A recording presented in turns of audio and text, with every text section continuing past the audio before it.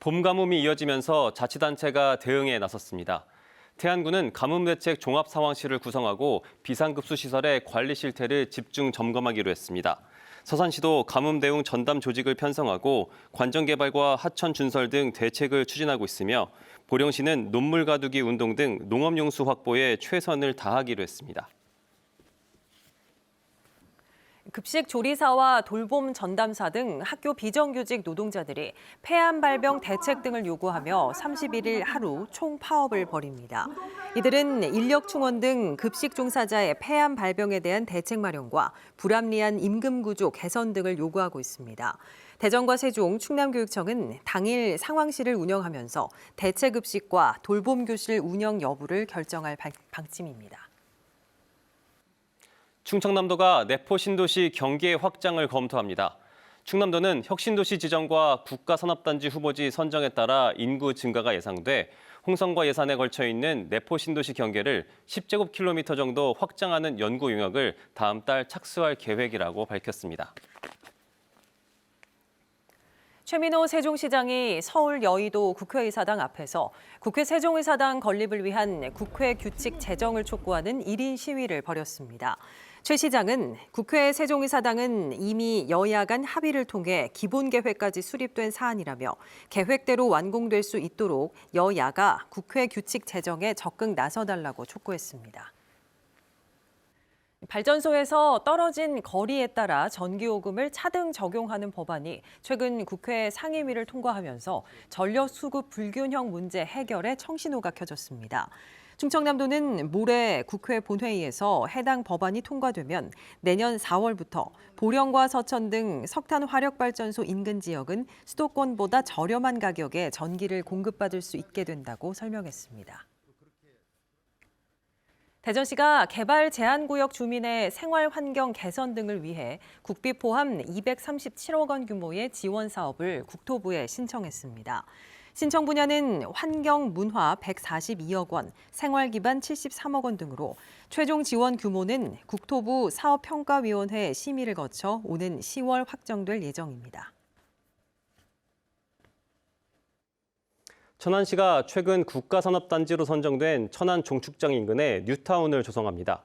천안시는 관련 연구 용역 중간 보고회를 열고 국가산단 조성으로 인한 정주 여건 마련을 위해 종축장 부지 인근에 165만 제곱미터 규모로 만여 가구를 수용할 수 있는 뉴타운을 조성하기로 했습니다.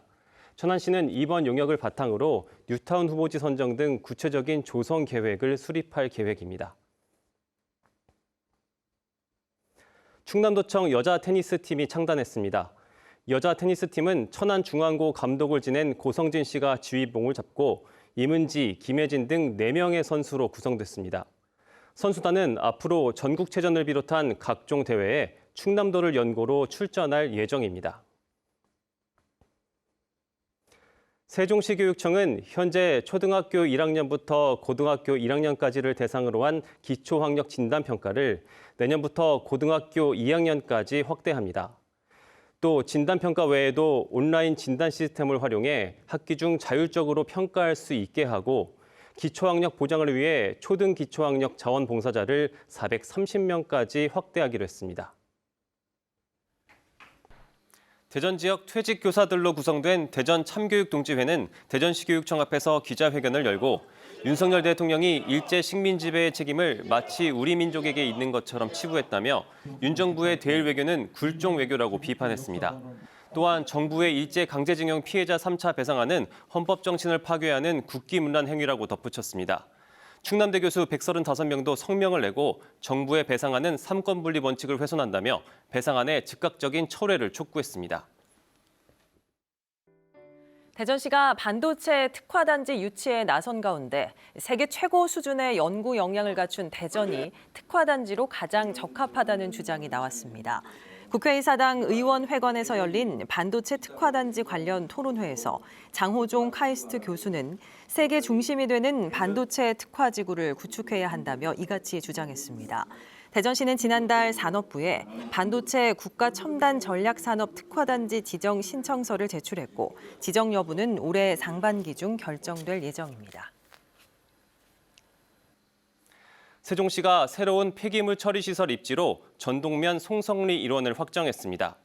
세종시는 2030년까지 해당 부지에 하루 400톤의 생활 폐기물을 처리할 수 있는 처리시설과 문화체험시설을 건립할 계획입니다.